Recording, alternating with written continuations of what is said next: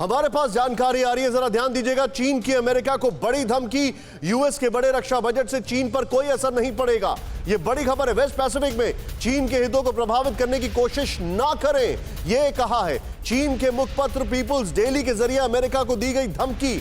ये जो जानकारी है, मैं चाहूंगा सीधे इसको प्ले ऑन करें। ये जो हमारे पास इंफॉर्मेशन है, अमेरिका ने अपना रक्षा बजट बढ़ाया है, उस पर उन्होंने पैसिफिक डिटरेंस की बात की है। यहां पर अमेरिका के बड़े रक्षा बजट ने बढ़ाई चीन की चिंता। भाई जब चिंता बढ़ेगी तभी तो धमकी देगा। जूम इन करें इस ब्लॉक को राहुल। चीन ने चिंता बढ़ी है तभी तो वो धमकी दे रहा है, अदरवाइज वो धमकी क्यों देता।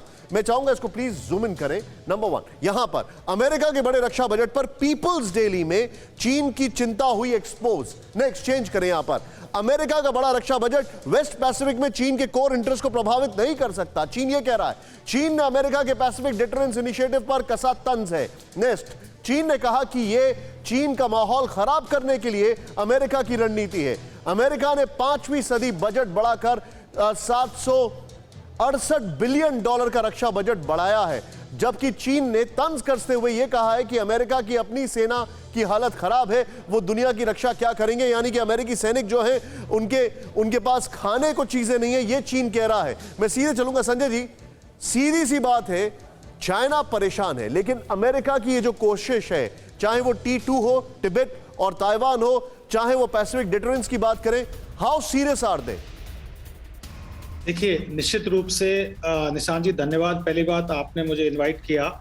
मैं 2 बातें आपसे शेयर करना चाह रहा हूँ। मैं पहली वाले विषय पे भी कुछ अपना इनपुट्स देना चाह रहा था, लेकिन मैं अभी वाले सवाल पे आता हूँ कि निश्चित रूप से देखिए, जिस तरीके से पिछले कुछ वर्षों में अमेरिका ने जो अपनी नीति में परिवर्तन किया है कि अफगानिस्तान से अपने आप को विड्रॉ करके पैसिफिक रीजन में ले गए हैं, ये इसका सबसे बड़ा कारण है चीन का पैसिफिक रीजन में बढ़ता हुआ दबाव। और दबाव भी नहीं कहिए, आप ये कहिए कि जो उनकी एक रिविजनिस्ट पॉलिसी आ गई, एक मिडिल किंगडम थ्योरी की तरह, वो जिस तरीके से अपना प्रभाव साउथ चाइना सी या ताइवान में या दक्षिणी पूर्वी एशिया के जो देश हैं उनमें बढ़ा रहे हैं, उनको कंटेन करने के लिए, काउंटर बैलेंस करने के लिए अमेरिका ने अपना रक्षा बजट उधर बढ़ाया है, बढ़ोतरी किया है। हाल ही में इस बजट में देखते हैं कि 5% की बढ़ोतरी की है, जिसमें लगभग $7 बिलियन उन्होंने जो चाइना का जो बढ़ता हुआ, जो उनका बीफिंग बजट को बढ़ाया, जो चाइना को कंटेन करने के लिए बजट बढ़ाया है।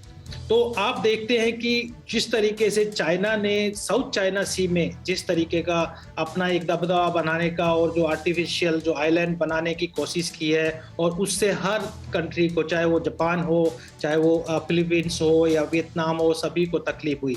आपको ये भी देखने को मिलेगा कि जापान ने भी अपना रक्षा बजट में एक भारी बढ़ोतरी की है, अमेरिका ने नहीं। तो इसका सबसे बड़ा कारण है कि जो चाइना का एक बढ़ता हुआ प्रभाव है, जो साउथ चाइना सी में या इंडियन ओशियन रीजन में, उसको कंटेन करने का कोशिश किया। और इसी कड़ी में आप देखते हैं कि 2 महत्वपूर्ण इनिशिएटिव्स अमेरिका ने इस क्षेत्र में लिए। पहला आपने ऑकस का देखा, जिस तरीके से ऑस्ट्रेलिया, अमेरिका और यूके साथ में आया, एक तरीके का मिलिट्री अलायंस बनाने की कोशिश की। दूसरा हम देखते हैं क्वाड के रूप में, जिसमें भारत को भी बहुत बेहतरीन तरीके से वो शामिल करने की कोशिश कर रहे हैं। आप देखते हैं कि भारत ने भी, आप अगर इंडियन ओशियन क्षेत्र में ले जाते हैं तो अपना जिस तरीके का एक बेस एक अपग्रेड किया, डेवलप किया है अंडमान निकोबार में, वो भी देखते हैं कि चाइना के बढ़ते हुए प्रभाव को ध्यान में रखते हुए एक चाइना के सामने मलक्का डायलेमा खड़ा कर दिया। तो निश्चित रूप से जो एक बढ़ता हुआ एक अलायंस है भारत और अमेरिका और जो ऑस्ट्रेलिया और बाकी जो देश है उनके बीच में, चाइना के लिए एक कंसर्न बना हुआ है। देखिए, मैं एक बात कहना चाहता हूँ, जोड़ना चाहता हूँ कि देखो, भारत की 2 नीति है। चाहे आप पाकिस्तान और हम उसके बॉर्डर एरिया डेवलपमेंट की बात कर रहे थे, या आप अमेरिका के संदर्भ में देख लीजिए कि पहला है कि हम जो हार्ड पावर और एक डिफेंस स्ट्राइक के रूप में हम अपने टूल्स एंड टेक्निक और इंटेलिजेंस सर्विस को हम जो अपग्रेड कर रहे हैं, वो बेसिकली एक तरीके से डिनाइल स्ट्रेटेजी होगी कि किसी भी तरीके का जो बढ़ता हुआ खतरा है भारत को या इस क्षेत्र को, उस खतरे को हम कैसे आप जो बता रहे हैं, I quite agree with you Sanjay ji. Corona धर्म नहीं देखता, जात नहीं देखता, अमीर गरीब ऊंच नीच नहीं देखता। कोरोना सिर्फ मौका देखता है, लेकिन आप उसे मौका मत दीजिए। बस इतना कीजिए जब कभी दफ्तर से, बाजार से घर लौटिए तो इतना ख्याल जरूर रखिए कहीं आपके साथ कोरोना आपके घर तो नहीं जा रहा। भूलिए मत, कोरोना अभी जिंदा है।